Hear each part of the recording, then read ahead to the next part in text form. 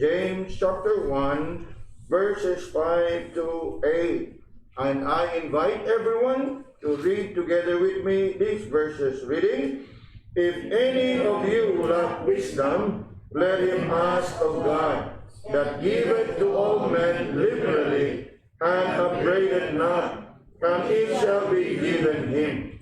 But let him ask in faith, nothing wavering. For he that wavereth is like a wave of the sea, driven with the wind and tossed. For let not that man think that he shall receive anything of the Lord. A double-minded man is unstable in all his ways." Ang Ginoo magapanalangin kanato diha sa atuhang pagbasa sa iyang pulong. In last night's prayer meeting, we have looked at chapter 5, verses 7 to 11, and considered the message I titled, Learning Patience. Learning Patience. Tonight, I thought of considering this portion of the same letter of James, and consider this message I titled, The Need for Wisdom. The Need for Wisdom. Sa ako anang naisgutan kagabi diha kaninyo, this epistle of James was written to encourage Jewish believers who are in diverse temptation. We know it, right? Verse 2, going through manifold trials and testings, some of them even in extreme suffering. Whereas James was exhorting them to be patient in view of the coming of the Lord in last night's meditation, here in our text, James exhorts them, the same group of people, the same Jewish believers, James exhorts them on the need of wisdom in dealing with the difficulties that they are facing. You see, more often than not, kung kita naa sa sitwasyon nga lisod, kung kita naa sa mga pagsuway, kung kita anaa sa mga grabe nga mga pag-agwan kag pag-antos, we oftentimes pray for quick and instant solution. That is the easier way to respond to trials and difficulties. We tend to think of how we can get out of it. Nothing's wrong with it, mga kaitsunan. But you know what? There are just times that even when you think of how you can get out of it quick, God would rather have you go through the trials, that instead of asking yourself how to get out of it, you might as well ask yourself, what can I get out of it? I'm sure you are familiar with the Apostle Paul's account when he had that thorn in the flesh. What was his first reaction when he realized that he had a thorn in the flesh? He asked the Lord to take it away. Lord, kuhaan eh. Babag ni sa kong pagpangalaga, kuhaan eh. How many times he asked the Lord? 3 times. And as you can see, all he wanted is for the Lord to take it away. But we know very well that the Lord did not give in to Paul's request. Instead, the Lord told him, Paul, I don't have to take away the thorn in the flesh. You just have to trust me. What did the Lord say? My grace is sufficient for thee. For my grace is made perfect in weakness. Hearing those words from the Lord, it did not change the condition of Paul, but it changed his attitude towards his condition. Wala mausap ang iyang sitwasyon, pero nausap ang iyang panglantaw sa iyang sitwasyon. Sawa pa siya tubaga sa Ginoo, ang iyang yung gusto magkuhaon ang tunog. Sa karon nga nakadungog na siya, bahala na kang tunog ka kaniya. My strength is made perfect in weakness. In other words, he was comforted by the words of the Lord. His condition did not change. His attitude, his perspective towards his condition is changed. Very much like what I've said a while ago. There are just times in our life when we face trials and difficulties that we can so easily ask ourselves, how can I get out of this situation? But no, perhaps that could be a time that you have to consider and think and ponder and ask yourself that instead of asking, how can I get out of this, might as well ask, what can I get out of this? Unsa may akong makatunan sa ako ang pag-undergo ni ini nga sitwasyon sa akong kinabuhi. And that is what James is telling us here. The need for wisdom. Why would we need wisdom? Wisdom in order for us to endure trials and testings. True. When in the midst of trials and difficulties, we tend to think of how we can get out of it. Perhaps we need to consider and ask, instead of how we can get out of it, might as well ask, what can I get out from it or of it? That is when we pray for wisdom. Look again in verse 5. James here says, if any of you lack wisdom, let him ask of God, that giveth to all men liberally and upbraideth not, and it shall be given him. Kung imong tan-aw mga kaigsunan, this verse picks up from what we read in verse 2 to 4. In verse 2 to 4, we find James exhorting the believers, my brethren, count it all joy when you fall into diverse temptation, knowing this, that the trying of your faith worketh patience, but that patience have her perfect work, that ye may be perfect and entire, wanting nothing. Now, kung imong tan-awon, it would seem like James is quickly shifting the subject from diverse temptation and patience into prayer. Superficially, magtuo ka nga way connect. Magtuo ka nga there's no link between verses 2 to 4 and verse 5. Apan kung imong tutukan pag-ayo, these two verses, no, verse 2 to 4 and verse 5 is actually connected. And what connects this is that phrase, if any of you lack wisdom. Nga naman, naagi panahon mga kaigsunan, kung naakas grabe nga kalisod o grabe nga mga pagsuway sa kinabuhi, nga murag daw, di na ka mahibaw o mawat ang kaspinsada o kung saan mo pagkatubang ang problema. And that is where James comes in by telling you and telling us, if any of you lack wisdom. True.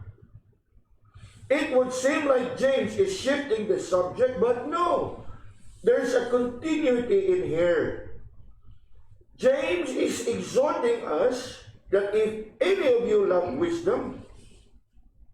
Now, looking at verse 4, verse 4 says, the purpose of trial is to become perfect and entire. Perfect and entire simply means that we be complete, lacking nothing. Verse 5 begins, if any one of you lack wisdom. Now, verse 4, tumong tinguha that you will be complete, lacking nothing. But somehow, sa ato ang Kristohanong pagkinabuhi, it is never an assurance that you will be complete wanting nothing. Nga naman, because we will always find ourselves short of wisdom. In fact, usa sa hinungdan, nganong dali kay tang malisang taliwa sa mga pagsuway, bisan pa man sa tanan nga mga saad ug comfort diya sa pulong sa Ginoo, is we run short of wisdom. We fall short of discernment.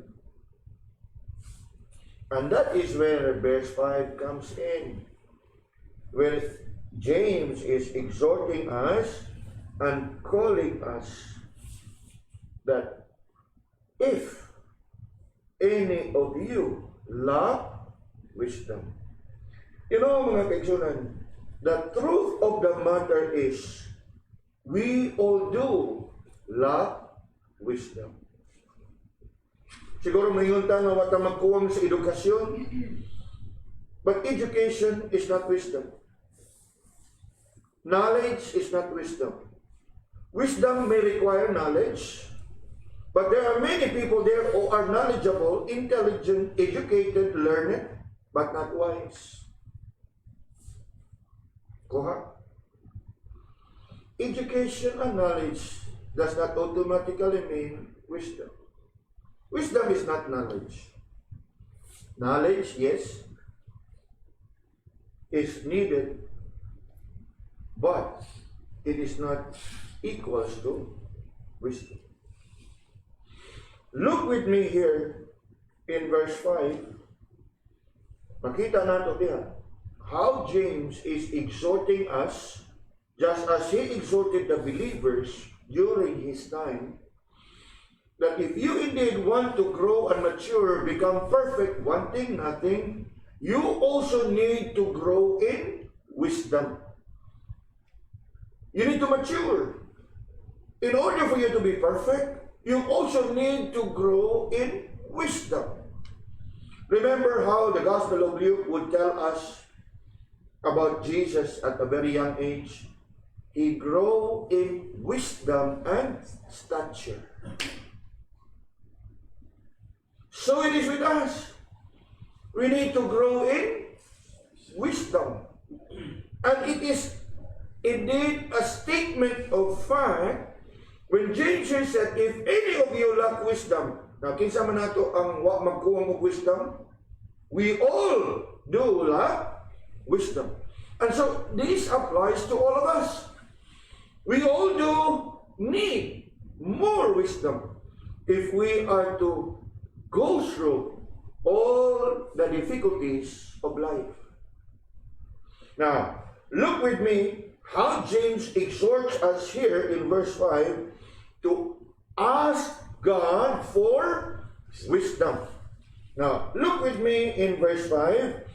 And first of all, I'd like us to see here, there is a problem.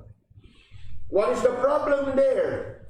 The problem is our lack for wisdom. There is a problem of lack of wisdom. Yes. This is a conditional statement that tells us of the sad reality that we all lack wisdom. We just have to be humble to accept the fact and accept the reality that yes, just when you think that you are wise, there will be times that you will find yourself in a loss. There will be times that you will find yourself at your wit's end. Kana bang abot na gyud kas katapusan sa kutob sa imuhang matugkad, mapinsada sa imuhang hunahuna, sa imong kasing-kasing kung unsaon nimo pagkatubang ang imuhang problema. I'm sure we're familiar with this, matay giunsa sa giunsa na ginako ni pagpamalandong murag wa na gyud mo una-unaan. And that is where the words of James comes in. Ug wa na gyud kay mo una-unaan igsoon, ug nahutdan na gyud ka sa imong giunahuna, ayaw kawa sa paglaom. James is telling you, if any of you lack wisdom. It's a problem, right? It's a sad reality that we all encounter. There are just times that we will be in a loss. Kung saan na itong pinsada, murag, what na kita yung maunanaan? Don't fret. Don't lose hope. Kaya sa Tagalog pa, hindi ka nag-iisa. Kitang tanan nuhiyagong anak. But James here tells us, if any of you lack wisdom. Kaganiha, I've mentioned to you that wisdom is not knowledge. Though wisdom requires knowledge. But the thing is, you can have knowledge and not be wise. Obserbahin ko ng mga edukado, mas daghan pa yun ang problema.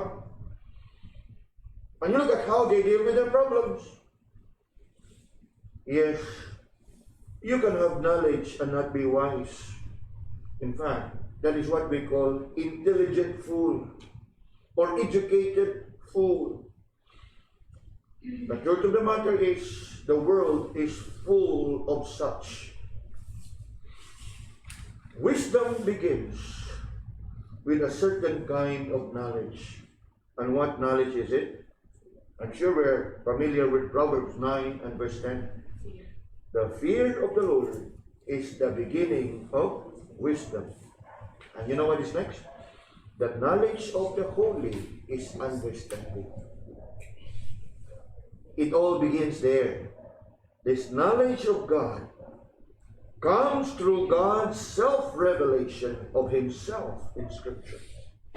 And so, if we are to grow in wisdom, we need to have that fear of the Lord. And how to have that fear of the Lord? By knowing Him more and more as He revealed Himself where? In His Word. Knowing God in His Word, muna'y magdala ka nato diha sa gitawag natong solusyon sa ato ang suliran. Okay? Solusyon sa ato ang suliran. What's the problem? Lack of wisdom. Moving on in verse 5, I want us to see how James gave us the prescription. We have looked at the problem, now we look at the prescription. What is the prescription of James to that problem? Let him ask of God. Sa ato pa, dili ka ngay mawadan sa paglaom, igsoon. Kung nahundan ka na sa imong pinsada, o kung saan imong pagsulba ng imong problema, pagkatubang sa mga kalisod sa kinabuhi, yes, wa ka maginusara diha, kitang tanan. Yet James give us this prescription. If any of you lack wisdom, prescription is what? Let him ask of God. God is the source of wisdom. To receive wisdom to face life's trials and difficulty, what are we supposed to do? Ask God for it. It's so clear. If any of you lack wisdom, let him ask of God. Yes. Ask of God. You know, we have that tendency nga kung naatas mga problema o bukat ng mga problema nga atong giatubang, we go and see godly people for counsel and advice. Nothing's wrong with it. But you know what? Over and above all these things, if you can go and ask counsel and advice to godly people, pastors perhaps, elders, deacons perhaps, here is one thing that you also must know. You can actually go straight and ask God.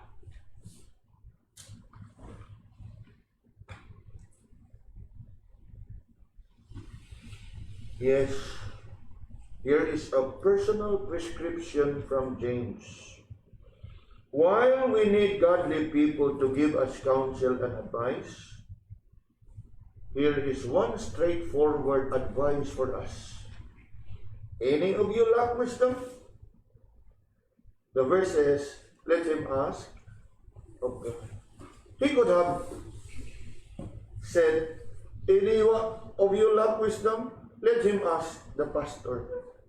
If any lack of you wisdom, let him ask the elders. No. He straightforwardly lead us to the very source of wisdom. And who is it? Any of you lack wisdom, let him ask of God. Gani mga kaigsunan, sa iyang paghatag ni anak nga advice, that prescription to our need of wisdom, James, here in this one verse, not only give us the prescription, he even described to us the manner as to how the Lord will give to us wisdom. Look on still in verse 5. Any of you lack wisdom, let him ask of God. Notice what James said next when you ask God for wisdom. Look on. Let him ask of God, and then what? And that giveth to all men. Gipahinumduman kita diha ni James that indeed, if any of you lack wisdom, you just have to ask God. And what is interesting is, dili gyud magdumili sa paghatag ang Ginoo kanimo ni anak. Look again in verse 5. Any of you lack wisdom, let him ask of God. Look at the next part. That giveth to all men. Ano ba kayo? Giveth to all men. So, from here, James is reminding us nga kung maghisgot lang ta sa pagpangayo sa kaalam, dili kita hikawan sa Ginoo ni anak. Nga naman, ingon diha, let him ask of God that giveth to all men. God gives wisdom. After commanding us to ask God for wisdom, he describes the character of God here that makes him inclined to grant our request.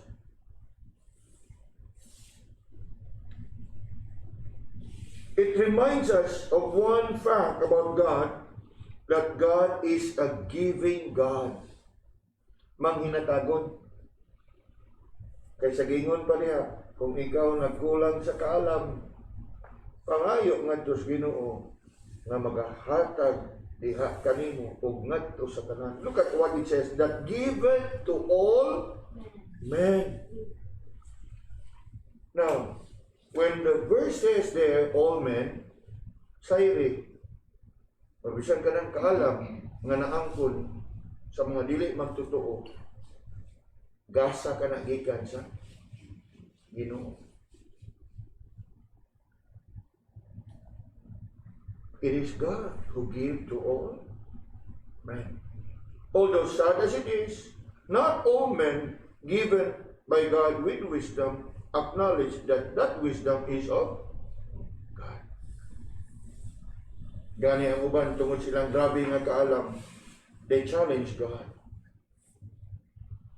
But it cannot change the truth that God is the source of heavenly wisdom. And with such a wisdom, we are told by James that if you ask of God, He give it to all men. Meaning, it's available and made available to everyone who would ask. Padayon na ito ba kayo, ha? Kaya napatay masayran din, he. Dili lang nga ang atong Ginoo andam nga mohatag. Look at the manner of His giving of wisdom. God gives, and God gives generously. Nga naman, the verse continue. Let him ask of God that giveth to all men what? Liberally. That word liberally there simply means bountifully. Dagaya nga muhatag. In fact, in other verses, it can also be translated as generously.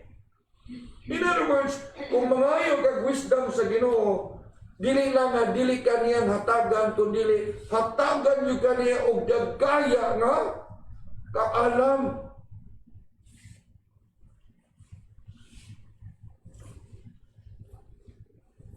Now,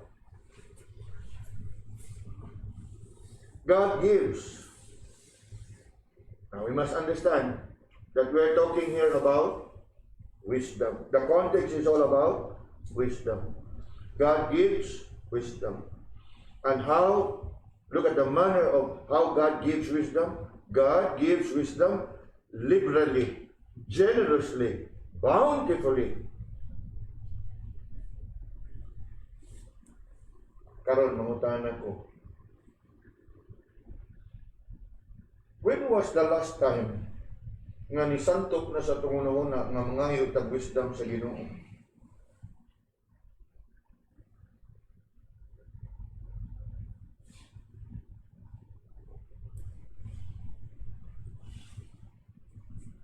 Maglisod tag subay, no? Ano man? For the truth of the matter is, we never have thought about this. Kay sagad na itong pangayoon sa Ginoo ang solusyon sa ato ang problema. If you want to grow and mature in your Christian life, ask wisdom. Kaya ang Ginoo malipayon nga muhatag nimo kay pinaagi ang wisdom, iya kang sangkapan nga ikaw nay makalanta o makakita og kasulbaran sa imong hinggi. This is very much like give them fish and you feed them for a day. Teach them to fish and they will live. Di ba? O magsige lang kaghatag, o hatag, ikaw ro na panapon. Pero imo silang tudluan o saan pagpangisda, they will be able to feed themselves. And that is what James is telling us here. Let us all grow in our Christian life. Nga sa matag suliran atong pag-atubangon, dili nagdadritso nga Lord, kuhaan yung problema ha, kay babakti sa kong pagpangalagan. Kuha na to? Very much like Paul. Take this away from me. Yet the Lord said, no. You just have to trust me. In this case, we are not asking solution to our problems. James is telling us, ask wisdom in order for you to go through your problems.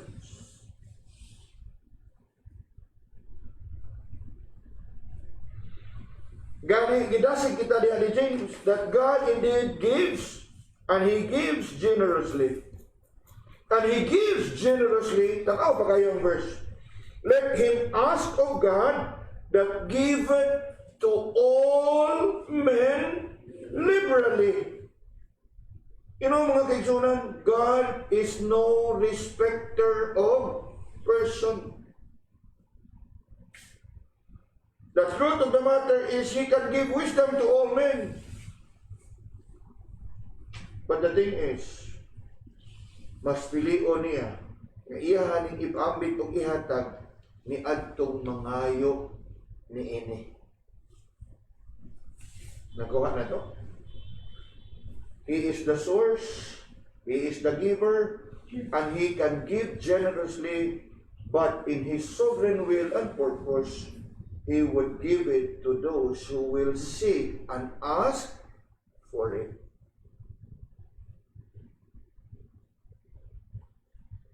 Still in verse 5, let him ask of God that giveth to all men, and giveth to all men liberally. True, makita nato dinhi that God is not just a giving God, but He is a generous giver.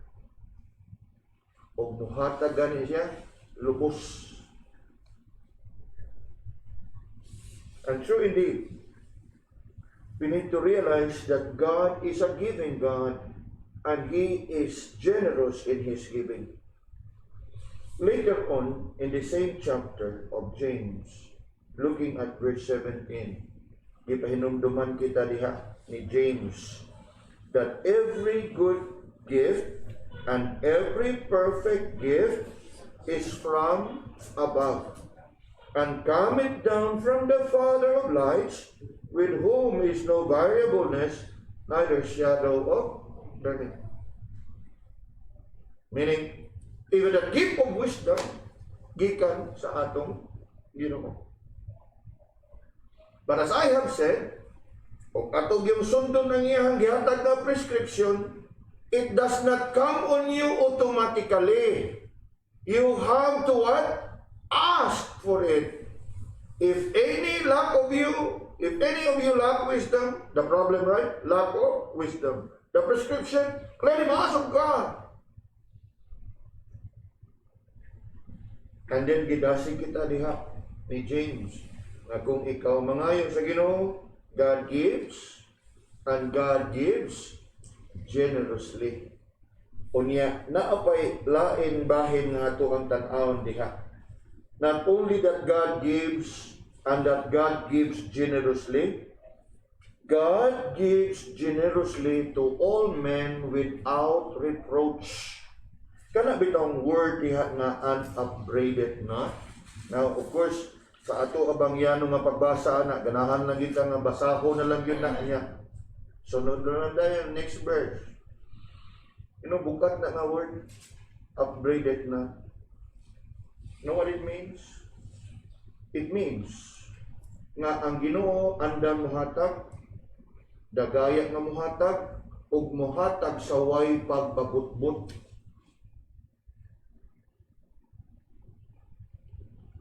Sa ato ang tawhanon nga kahimtang mga kaigsonan, sa mga panahon nga anaa kita sa kalisod, sa mga panahon nga anaa kita sa panginhanglanon, I am sure makauna kita og mga tao, og mga ngalan, og mga kailang, mga higala, kaubanan ka sa pamilya, nga nasayod kita nga kini sila makatabang gini nato og ato ning duulon, pero magduha-duha kag duol kay motabang tuod pero daghan kayo. You know what I mean, right? Yes. There are people who we know can be of great help to us in time of need, but they are the last people that you would want to ask help from, because their help comes with what? Lecture. Sermon, perhaps.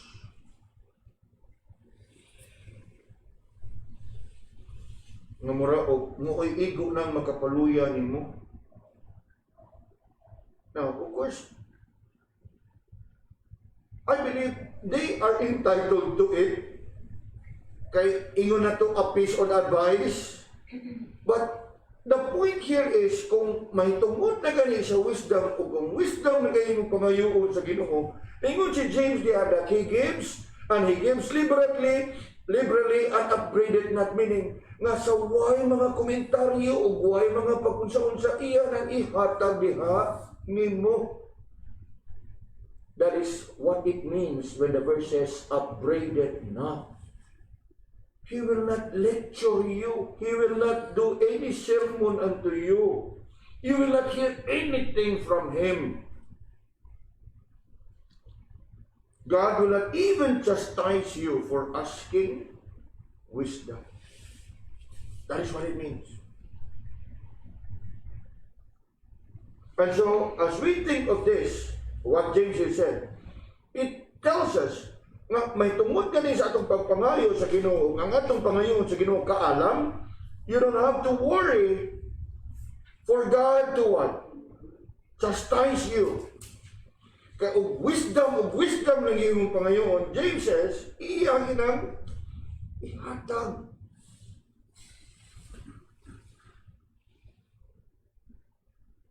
Kaya nga naman, kay wisdom na ganing mong pangayoon, siguro yun ka, nasubay din na sa iyahang kabubuton.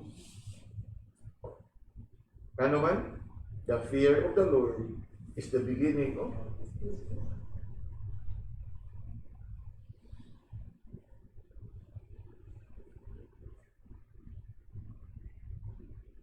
Now, we have looked at the problem, lack of wisdom. We have looked at the prescription. Let him ask of God. Now, look at the remaining part of verse 5. And we will look at the promise. And what is the promise? Now, if any of you lack wisdom, that's the problem, right? Let him ask of God. That is the prescription, right? And how God would give to all men liberally and upbraid it not. Look at the promise here. And it shall be what? Given.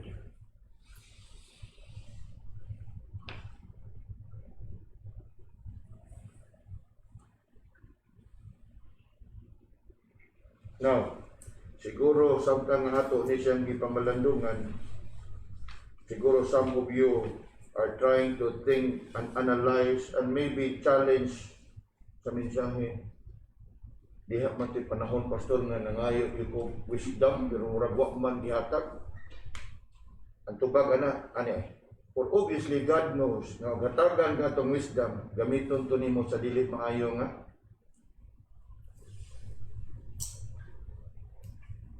Come on, lesson 5.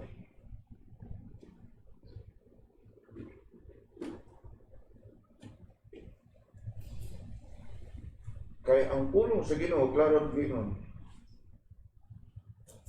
He will give it.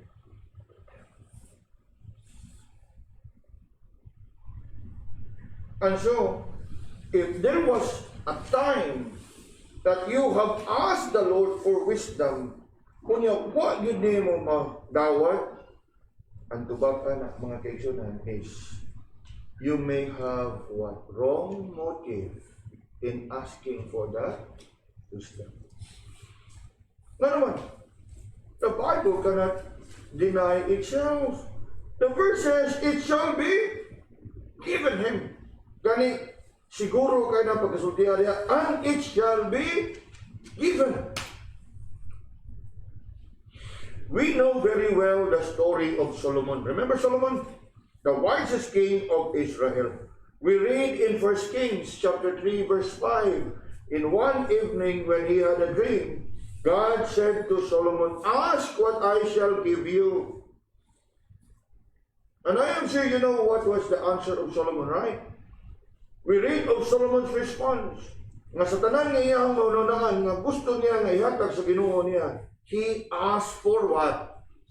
Wisdom. Ug tungod kay wisdom ang iyang gipangayo, gikalipay sa Ginoo nga iyang gihatag ang iyang gipangayo ug inubanan sa mga butang nga wa niya gipangayo.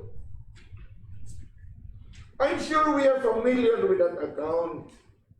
But the point is, kung kita kato ang gihatagan sa kahigayunan nga gipangutanas Ginoo, Reggor, ask what I shall give you and it shall be given. Alan, ask what I shall give you and it shall given. I am sure murag layo kay tinuod siguro nga wisdom ang santog sa atong mga una-una. Now sige, ganahan mo ibutang naman. Click! Ask what it shall be given. Even, ask what it shall. Yes. Kinsa ka kanato nga sa tanang butang ang atong mahununaan nga atong pangayoon sa Ginoo wisdom. Amen. Prangka nga istorya.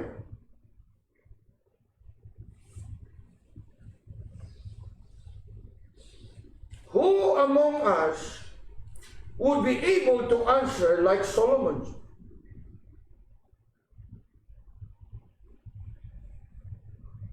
Mao kana nga gikahimuot gayud sa Ginoo nga gihatag kaniya ang iyang gipangayo. Ug dugang pa niya gihatag pa niya ang wa gipangayo. Kaya og ibutang na itong pananglit, kung usa na ito itong gipangutana, so tayo shall give. Kunya, ang atong gipangayo, murag dili ka, uyon sa Ginoo. Udi pa na ito madawat ang atong gipangayo, wag itanan. Nga naman, because we ask amiss, in the words of James, right?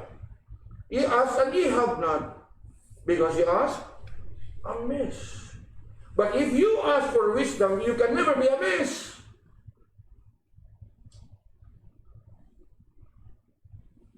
kana kung sincero ang imuhang kasing-kasing. Gani, ablihi ragod kaniyo inyong mga Biblia. 1 Kings chapter 3 verse 9. In chapter 3 verse 5, diha man ang sulti ang Ginoo. God said to Solomon, ask what I shall give thee. Ang kaliwa sa ilahang pakikinabi diha, recorded in 1 Kings chapter 3. Go down to verse 9 to save time. Go down to verse 9. Look at what Solomon answered. Verse 9, give therefore thy servant an understanding heart to judge thy people. And look at the next, that I may discern between good and bad. He never asked for riches. He never asked for long life. He simply asked for wisdom. Yes. And you know, this request for wisdom that he asked God, God is so pleased to hear it that he gave Solomon wisdom, and even unto it wealth, long life, even success. The wisdom that God gave Solomon was indeed something na I'd like us to understand.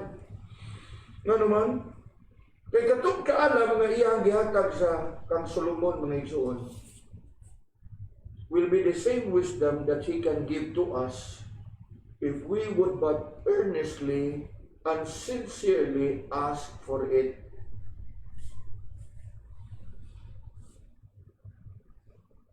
In other words, that wisdom is not an exclusive wisdom only for Solomon.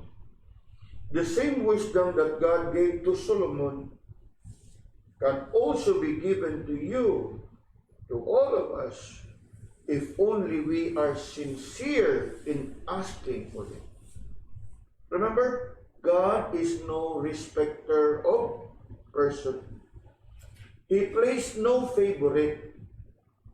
Kung nakita niya nga sincero yung kasi mong kasing-kasing sa imong pagpangayo, dili yung ka niya hikawan ni Ana. Now, remember, the context of this study is in view of our diverse temptation. Okay? Diverse temptation. And one of the ways that we are able to endure temptation is when we have that wisdom to deal with a situation. But somehow, man in his pride would not come before the Lord and ask for wisdom. O kana, nasagad nga itong matungog, nagkadiskaril, wak magkalimao. Nga naman, because we tend to deal with it our way. I'm sure we know very well, right? Proverbs 3, 5, and 6. Trust in the Lord with all thine heart, and lean not in your own understanding. But oftentimes, it's the reverse. We trust more on ourselves, and we lean not on God. That tonight, here's a reminder. We have looked at the problem. We have looked at the prescription. The promise, He gave it. Look on. If any of you lack wisdom, very much of God, that give it to all men liberally, and upbraid it not, and it shall be given. Yes, James in verse 5 is encouraging us to ask God for wisdom. Coming down to verse 6 to verse 8, James goes on to exhort us. You don't just ask God for wisdom. Here, he is telling us, trust God for wisdom. Trust God for wisdom. Look at verse 6. But let him ask in faith. Now, tutukin ni pagayo mga kaibigan. I want us to see here a natural and a critical progression In verses 2 to 4, we find their trials. And we learn there that trials are purposed and designed for our maturing in order for us to develop patience. And patience working on our faith. Nakuha na to?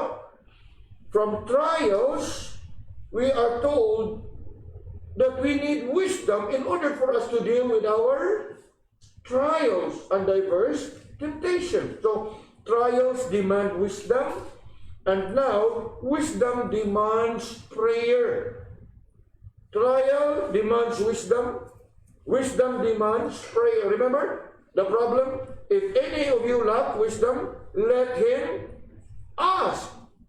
What is that all about? It's all about prayer. Ask God. So, trial demands wisdom, and wisdom demands prayer. And obviously, we know this, right? Prayer demands faith.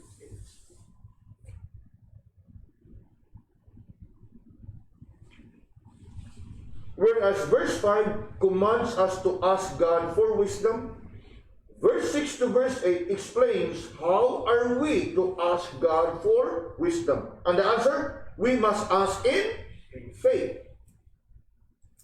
O ha? Nasamtang atong nasayran diha in verse 5 that God would indeed give us generously wisdom if we ask. But there is one particular element that we must be sure of. Let it be that you ask in faith. You ask in faith. God generously gives wisdom without reproach to all who ask, especially so to those who ask in faith. We know this very well. But without faith, it is impossible to please God. Whatever you ask in prayer must be asked in faith.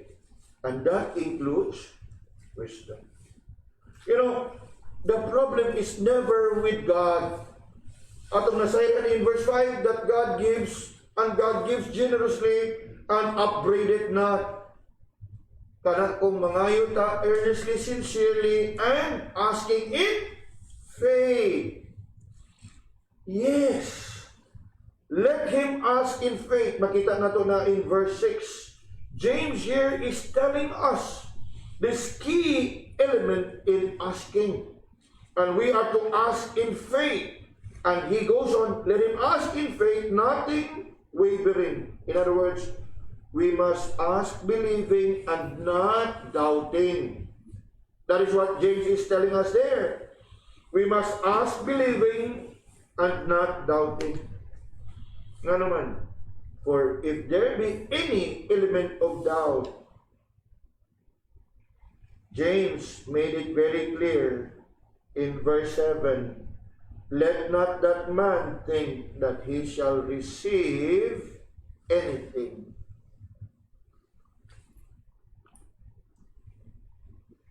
Nga naman. Remember what the writer to the Hebrews said, without faith, it is impossible to please God. So even when you are able to ask, but you don't ask in faith, you cannot expect to receive anything from God. Bisag pamantuod o giklaro yun ni James dito in verse 5 na if you ask God of wisdom, He will give you generously and with no reproach and upbraid it not. He will give it to you freely, joyfully. But if you ask in faith. Ang problema God sa tao mauni, mga tubang na ganitang problema, we have the tendency to deal with it our way. Pero og sa katapusan nga tanan ato nang giswayan sa atong pamaagi ay patang mudangog sa Ginoo. Unya idangog pagid nato sa Ginoo, mingon pagid ta nga ato nalaning iampo basin pa di ay. Na analyze that statement. Ato nalaning iampo basin pa di ay. Is it a kind of prayer believing? But how often we hear those words?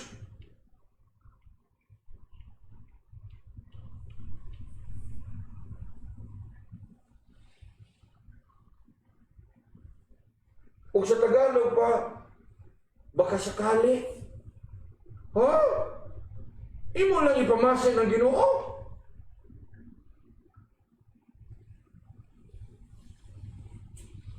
No. Pilaka nato, still continue to have that understanding and attitude in our prayer. On one hand, sayop na kayo na nga imuhang katapusan gidampan ang Ginoo. Unya sa katapusan na gini mong pagdamong sa Ginoo, ato na lang nang iampo. Basin pa din ay. Now, if that is the attitude you are having in dealing and handling your trials and testings and difficulties, don't expect to receive anything from God. Verse 7 makes it very clear. Don't expect.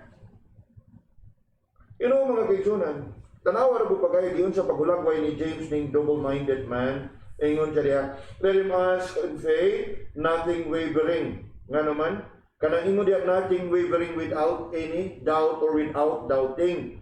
Nga naman, for he that wavereth is like a wave of the sea, driven with the wind and tossed.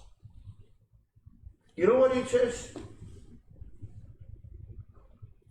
That a doubting man,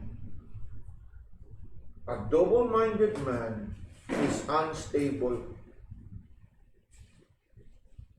And he used the picture of the waves in the sea. And that is what we can call as analogy. He used to describe the condition of a doubting man as like the winds of the sea. Not stable, always moving, tossed to and fro.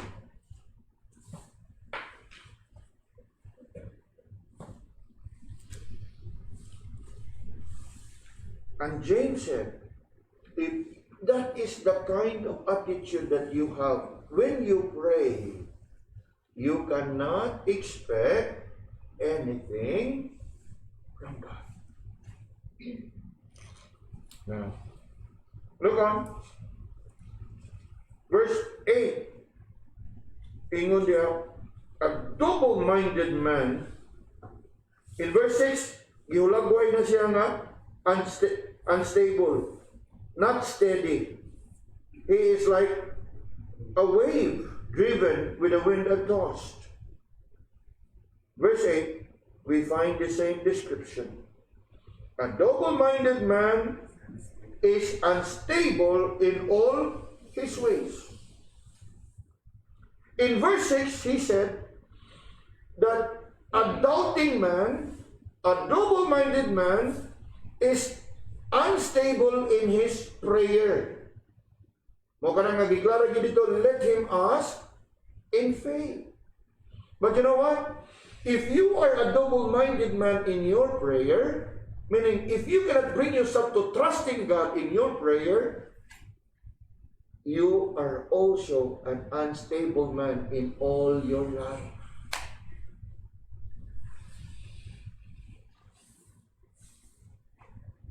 You are not just unstable in your prayer life, you are unstable in all your ways. That is what verse 8 says.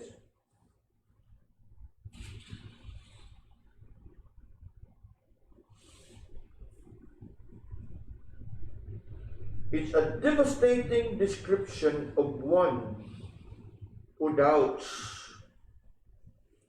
Double-minded man is unstable in all his ways.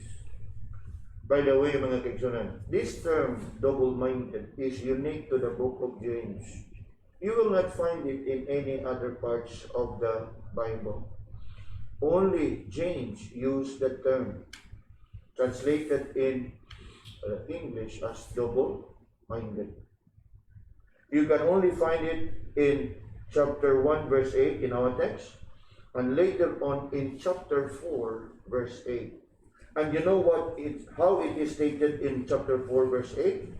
Turn your Bibles there for a while. James chapter 4, verse 8. It says there, draw nigh to God, and He will draw nigh to you.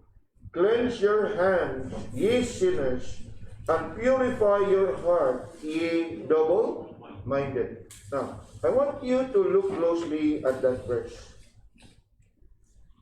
Who is being exhorted here? Who is being told here? Who is being advised here?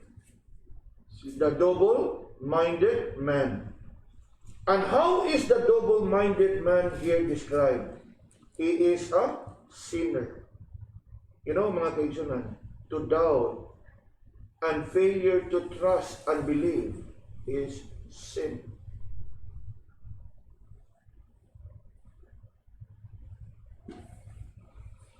You study the verse, and who is being addressed? Ye double-minded. And how is the double-minded here described? Sinners. In fact, they are told, cleanse your hands, purify your heart. What is it that they sin? The sin of unbelief. The double-minded man has a sinful heart that needs to be purified. Gani, giingnan pa kaliha, if you happen to be a double-minded man, draw nigh to God.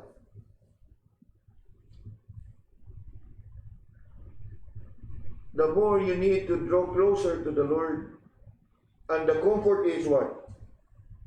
The more you draw closer to the Lord in His grace, even in your unbelief, will draw closer unto you.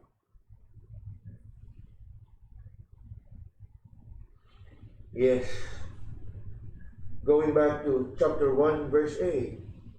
Not only is a double-minded man unstable in his prayer, not only is a double-minded man unstable in all his ways, a double-minded man is a sinner in the eyes of God.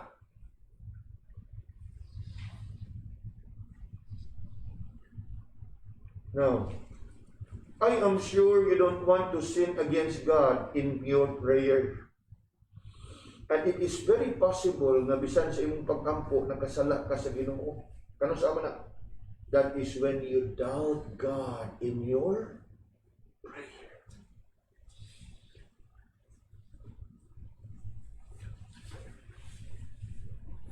How many of us realize that? That's when you think that when you are praying, the Lord is pleased. Yes. If indeed you pray in faith. We know this very well, right? Mark 11:24. Therefore, I say unto you, what things soever you desire, when you pray, believe that you receive them, and ye shall have them. What's the element of that prayer? Believing. Let him ask in faith. And so, as we look at this passage tonight, mga kaibigan, in view sa atong giatubang sa kadadlaw, nagkalain-lain matang ng mga suliran, nagkalain-lain ng mga matang sa problema. Last night we have learned to what? Be patient. Tonight, may we learn the habit of asking God for wisdom. You know, you can only be able to ask God for wisdom if you, first and foremost, come to a point of realizing that you need wisdom. But the problem is, we seldom come to that point realizing our need for wisdom. Kaya magtuman magita sa itong gusto, nagtuo magita, nga ato ka na magitawag na itong believe sa sarili. No ka na nga, talagsaon o panagsaon na kaayos ka na to. Ang maabot ng puntuha. Kunya gani, maabot na ganito ang puntuha, iagi pa na itong pamasin. It is sad. So ironic. Apan, naganindot kay bisan pa man niya na ingon dito ang verse, give and give liberally to all men and upbraided not. Mga kaigsunan, No? To all of you nga naa dinhi o kanang gasubay ka nato diha sa internet. Perhaps usa sa hinungdan nganong padayon natong giatubang mabukat kaayo ang atong mga kasing-kasing ang mga suliran sa matag adlaw is simply because we continue to deal with it our way. We continue to rely and depend on our own wit, which simply means our own wisdom, in our own so-called intellect. It's about time to learn to humble ourselves before the Lord. Lord, I am in a loss. I don't know how to go about. I don't know how to deal with it. I don't know how to go about this. Humble yourself before the Lord. Acknowledge your need for wisdom.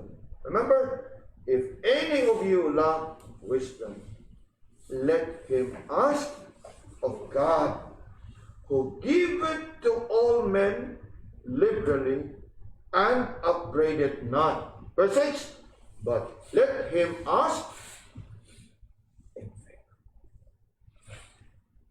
Ako nagtuog, akong ato gini i-apply sa atong mga kinabuhi. Yes, life sa ato pangikanta would continue to be worth living for. And life is worth living. Nga naman, pagpadaya na ito nga gisalig ang tanan ngadto sa